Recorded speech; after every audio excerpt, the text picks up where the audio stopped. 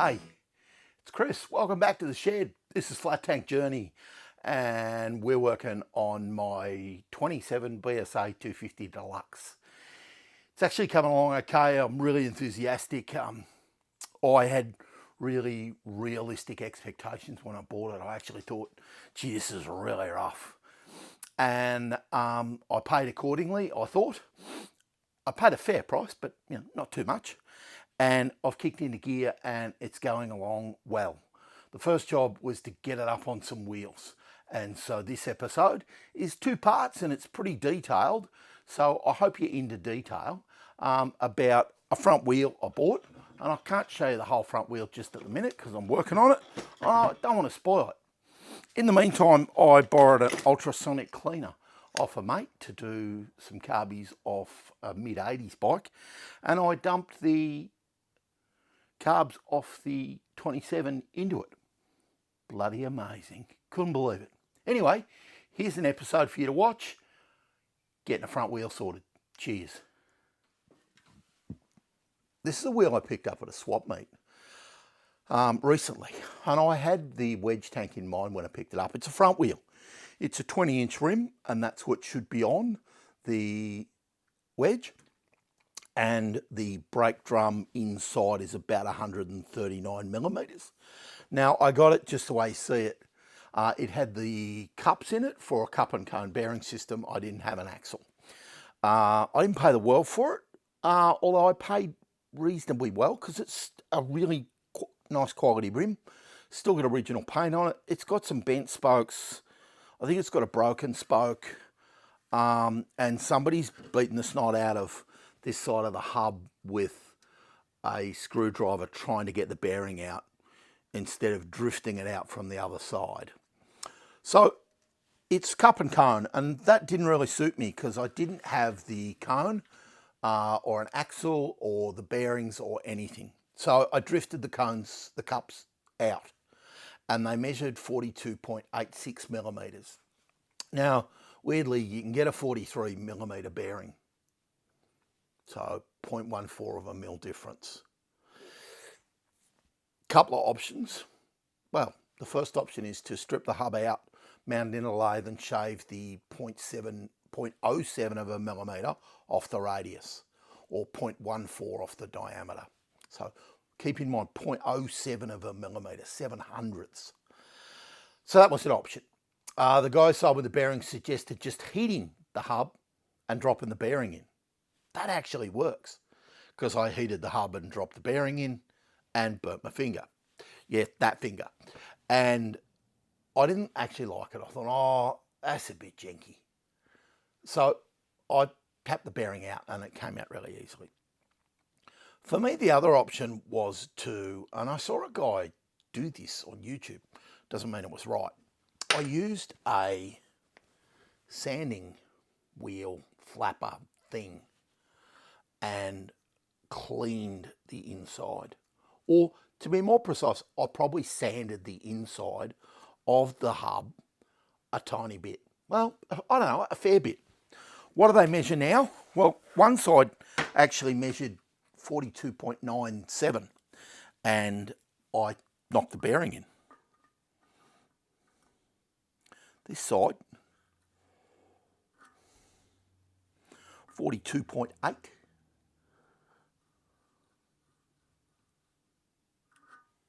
Yeah, 42.8. So I'm still, that can't be right. That's what it measures, but it was 42.86.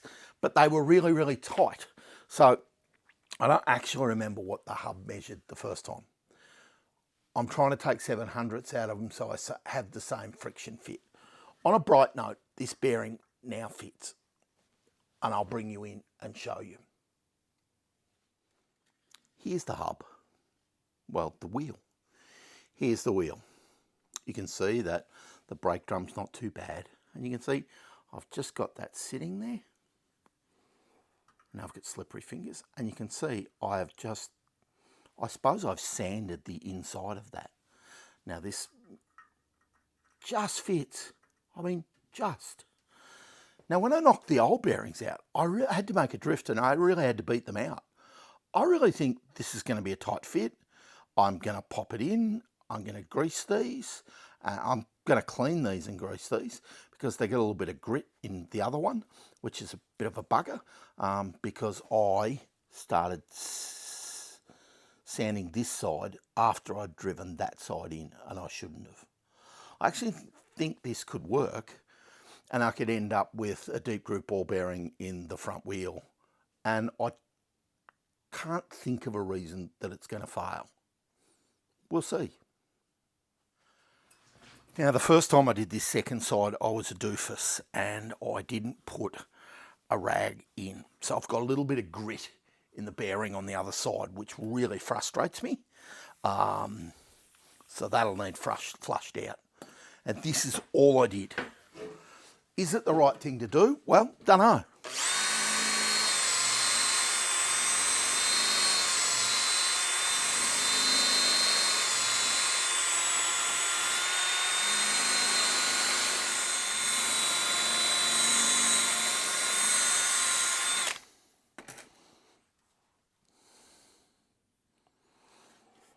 Now, when you pull the rag out, you can actually see fine sanded off particles of steel, I think. You can also see the flap disc.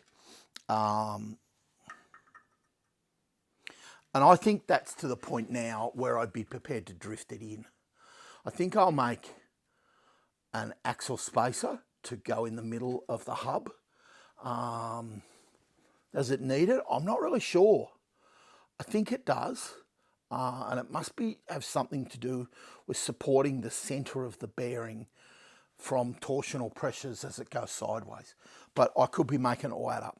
I've got one side drifted in, back against the bearing shoulder, or the shoulder in the hub, and I'm going to do the other in a minute. But I'm going to spend a little bit of time cleaning the schmutz out of the first bearing because I was too excited and got carried away. Rightio, I reckon that's going to do. And it, I'm about $35 into the project so far with the bearings. I got more in the wheel.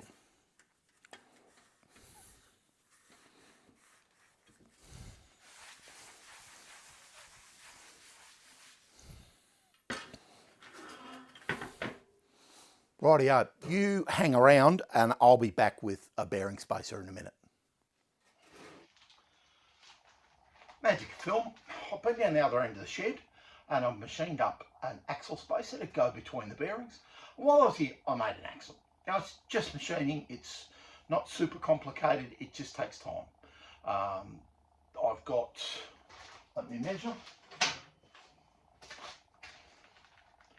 I've got about 200 mil of axle, I've got an 83mm gap in the middle and 60 odd mil of thread, give or take a little bit. Now it's too big. The 83mm is the gap between the seals, because I've got seals to go with the bearings on the other side, and the spacer slides over the top. Now weirdly, I had that pipe just sitting here. I took cutting off. The scrap bin has been kind to me. And the scrap bin's where the axle came from too. Just took time.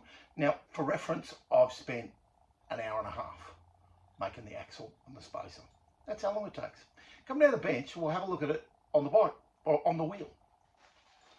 Now, apologies, I've got a bit of a tip side down here at the bench. Bit of a mess, a lot of junk, a lot of rubbish. So, here's the rear wheel. If we get this up, you can see. This is the brake drum side, of course. Now, the other side's where I got excited and put the bearing in. No biggie, though. My other bearing is sitting somewhere. Now, the axle slides through. There's no movement. If you just give it a push and it goes through. Then there's the bearing spacer. And slide that back. And then there's the bearing somewhere. Let me find the bearing and I'll come back to you. Right, off return with the bearing. Now the bearing will go over and line up, but it's a press fit. I don't really want to press it in just yet. Not sure why. I don't know, maybe I'm a bit chicken. and the axle's a slide fit in and out. It is a snug fit, the axle, but I wouldn't say it was over tight. Now, here's a seal. Actually, you can buy seals to match the bearings. I'm hoping, yeah, that's just going to press in. I'm going to end up with a really, when I build spaces to center the front wheel in the forks, I'll make it a snug fit inside that seal, and we'll have a really good outcome. I'll see if I can bring you closer and show you a bit more.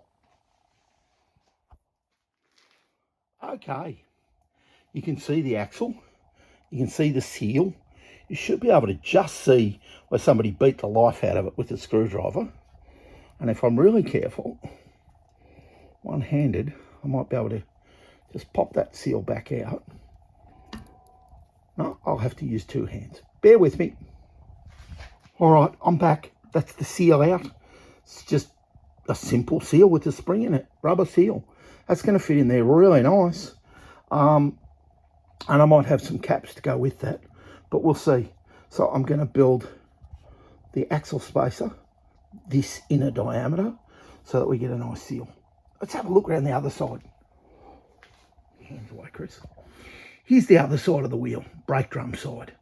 The bearing will just push in, and I think it needs pressed home, straight and accurate. The axle, with a little bit of encouragement, will come through, and inside you'll see there's the spacer. The spacer is the width of the gap between the two bearings, and I think it takes sideways pressure off the center of the bearing. Well, that's what I think. As I say, axle's really long. You can always cut bits off, but it's hard to add bits on. Maybe we'd call this the first incarnation of the axle, and you never know, we might end up with more incarnations of the axle. So you've been watching me work away at this wheel, and you've seen the bike unpack, and you know, one of the early jobs is to get this thing up and rolling around. Now I'm lucky I've got a service manual or a parts manual for 1927 from BSA, and I was told they were 20-inch wheels to begin with. So this is a 20, and I got to the swap meet and the rim's in good nick. It needs respoked, but the hub's in good nick. So it was fine. And then we put the modern bearings in it, and I built an axle. So I actually got brave and put the bearings in and cleaned it all up. It's a pity someone beat the hell out of it here.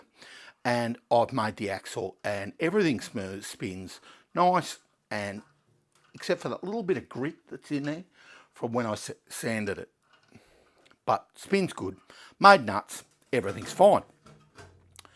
Since then, I've also been told they had 19-inch wheels. Now, the parts manual actually describes both, so I don't know which is which.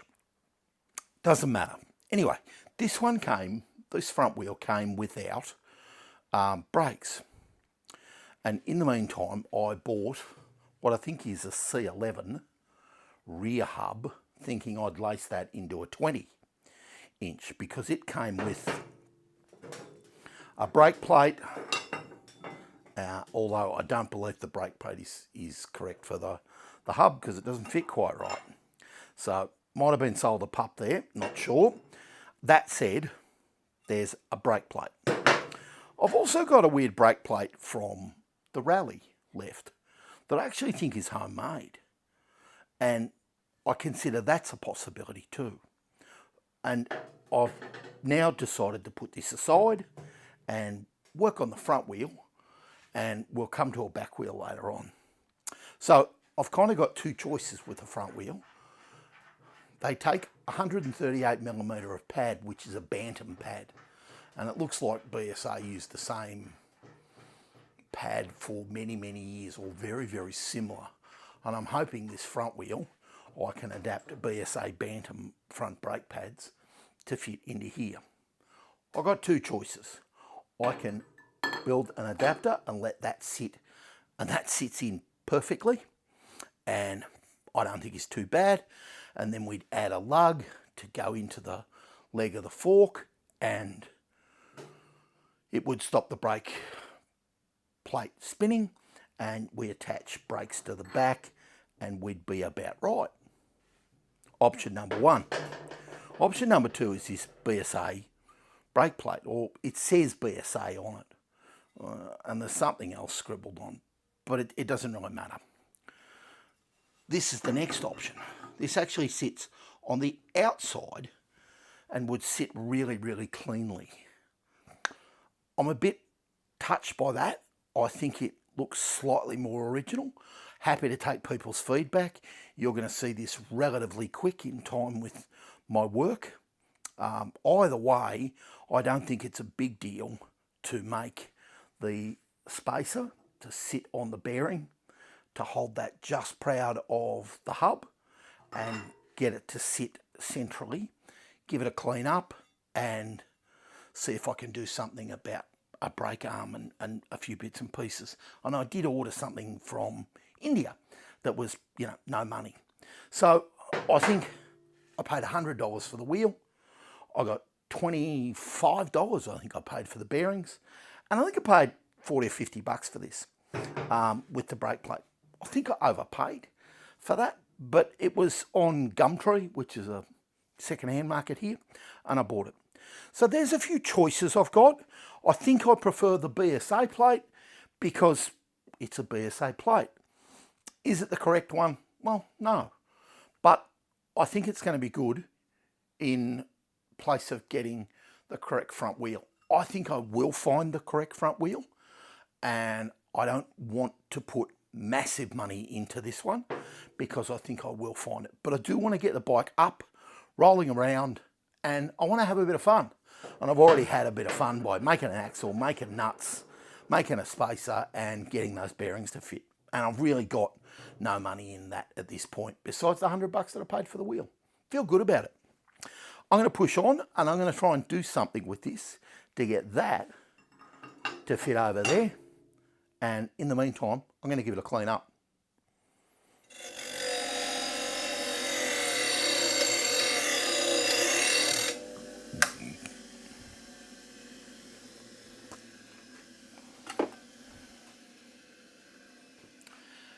There it is. It's pretty rough on the inside. It's a bit greasy, and the wire brush doesn't like grease. The outside, probably the same. I'll probably need to degrease that and then go from there. I don't think I've got any carby cleaner here, but this is clean enough for me to start work with. So, on eBay, and if you look hard enough, you'll find this stuff. I bought a big slug of a brake cam, and they're bigger than I expected. A massive brake arm. I think $14, including free postage from India.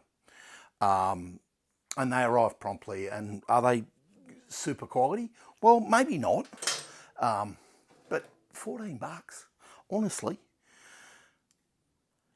It measures 17.9 is what it measures. So I have an option to see how big this is. It's not 17. It's 1570. So it doesn't fit. So again, I've got choices about what I can do. I was hoping it'd fit through some, magical wand sort of finish, but magic wands don't really exist. The choice is to make this bigger, not make that smaller, because this is splined and the arm goes on the end. So I'm going to attempt to take some meat out of that, and I've got to take 2.2 millimeters, which is 1.1 of the radius. It is rusty inside, so it probably will take it, and I probably don't need the full 2.2. Bear with me while I do that. I might actually bore it out to like 17.5 with a drill and then go from there. I'll bring you back when I've done something meaningful, and we'll see if we can get this to fit. Now I want you to do as I say, not as I do. So I just mounted that brake plate in the lathe off the lug where the brake cam would go through, and I took a 1.25 millimetre out of each side, or the radius, until that fitted snugly. Is this all going to work? I've actually got no idea, but at least for now that fits, so that's a good outcome. I can always machine the bottom to let it go through further, or I could machine the top to let the nut go down further. Either way, it's not too bad. But don't do it. Don't do it. It was janky, and I probably shouldn't have. Spinning things off center, I did slow the lathe down, and I have got a good result. I have got splines through, but only just. But, you know, the brake cam's kind of in line, and maybe it'll work. Come back to the workbench, we'll have another look. There you go. So, again, do as I say, not as I do. Don't do that. It didn't shake violently or anything, but, you know, I slowed the lathe down. I think it was safe. I stood to the very end of the lathe and never stood in the firing line. You can kill yourself with this sort of stuff. So the brake arm will then go on. Yeah, it goes on. And there'd be enough nut to screw it up and to pull it down. It could do with some machined off the top of here to let more of the brake arm, more of the spline come through. There's probably only 3 or 4 mil of spline, and there probably should be 6 mil. I think I'll wait until my brake shoes arrive to see whether, in fact, this piece fits, or whether I need to machine something off the back of this to let it go through further, and then I'll have that. So I'm not going to cut away at the brake plate anymore until I get to the point where I think, oh yeah, that could work. For now, you're kind of seeing it, and I've turned a part that didn't cost me a lot, 2 parts that didn't cost me a lot, into a potential solution. Let's have a look at it on the wheel. And that'd kind of work. A bit heavy duty, perhaps. I could have bought a lighter weight one, but I didn't. I think it's okay. And, you know, I think it'll possibly work or not. There's only 2 choices really, isn't there? And hopefully we can get it like that. This little lug here, I want it to go into the leg of the fork, because there's a slot on the leg of the fork. I may have to machine this down, or in reality I'd have to file it. I ain't mounting that in the lathe and machining that. That's just jinky. You're begging for something to hit you in the head. Sorry about the noise. The next job is to build something that this brake plate rests against, so that when it goes in, it doesn't bind against the hub. In fact, it just sits just clear of the hub and presses up against the bearing and has a shoulder for that brake plate to sit on. And then we can tighten, we can build some sort of locking nut to go back against that. Let's have a look at that. I'll scratch my head and you'll join me when I know more about it.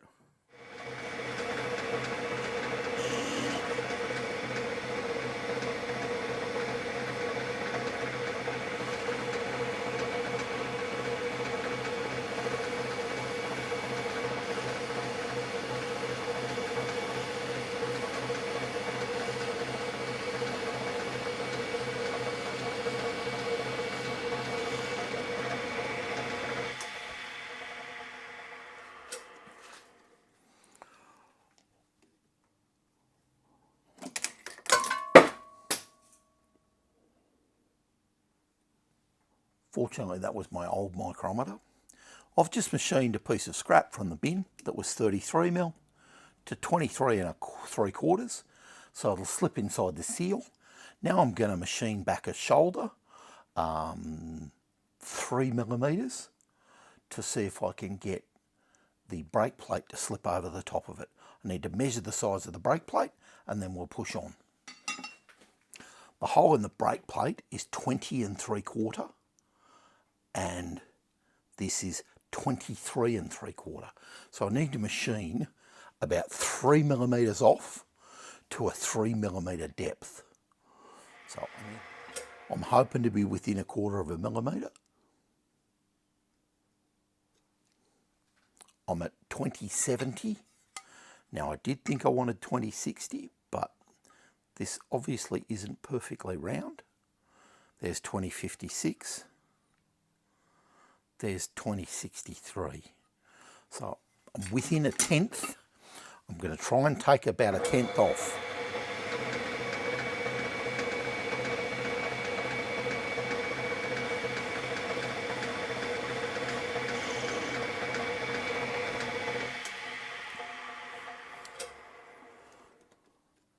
Now my dial gauges on this lathe are not as accurate as you'd want them to be. So I'm at 2065. Yeah, 2064. Really close. Take just another 1/10.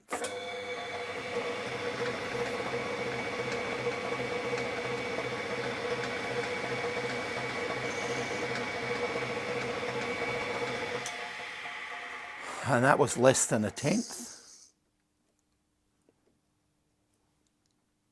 Yeah, I'm at 2061.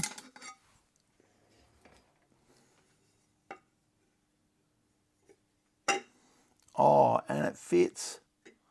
Yeah, it fits good. Yeah, I'm happy with that. Wow. And it's just under the line of the top of the plate. So we could tighten a nut down, a washer and a nut down on that, and I think it'd be pretty good. Looks right.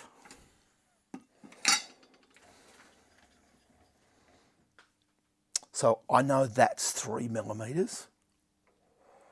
I'm going to back that out and come around to the 9 millimeter mark. 3, because we need about 12 millimeters in total. And that should be about 12 millimeters in total. Yep, that would be right on 12. I'm going to put a little mark there.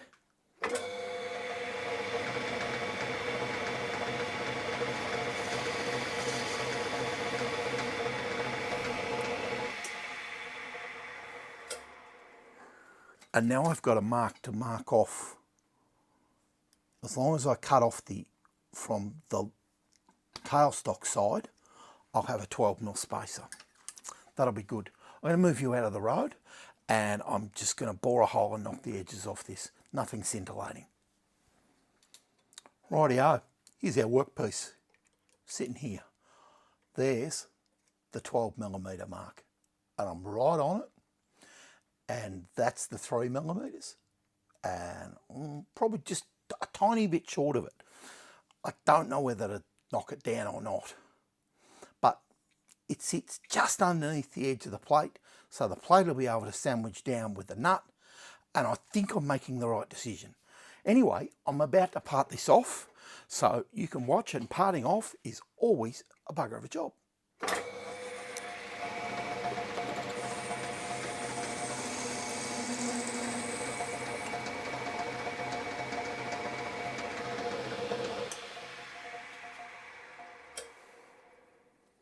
And the swarf caught around the back of that iron, or that piece of steel, and there's the piece parted off. Might be slightly long, and I've just missed the mark. I'm going to turn that round in the lathe, and then I'm just going to knock the back off it. Bear with me. Now you can't see my head, but that's probably for the best, eh? So there's the seal we've got, and that bush fits just inside that seal. Now, I'm going to push the seal in. Difficulty about seals is, once you put them in, you're kind of stuck with them in. I really don't want to be stuck with it in. But anyway, there it goes.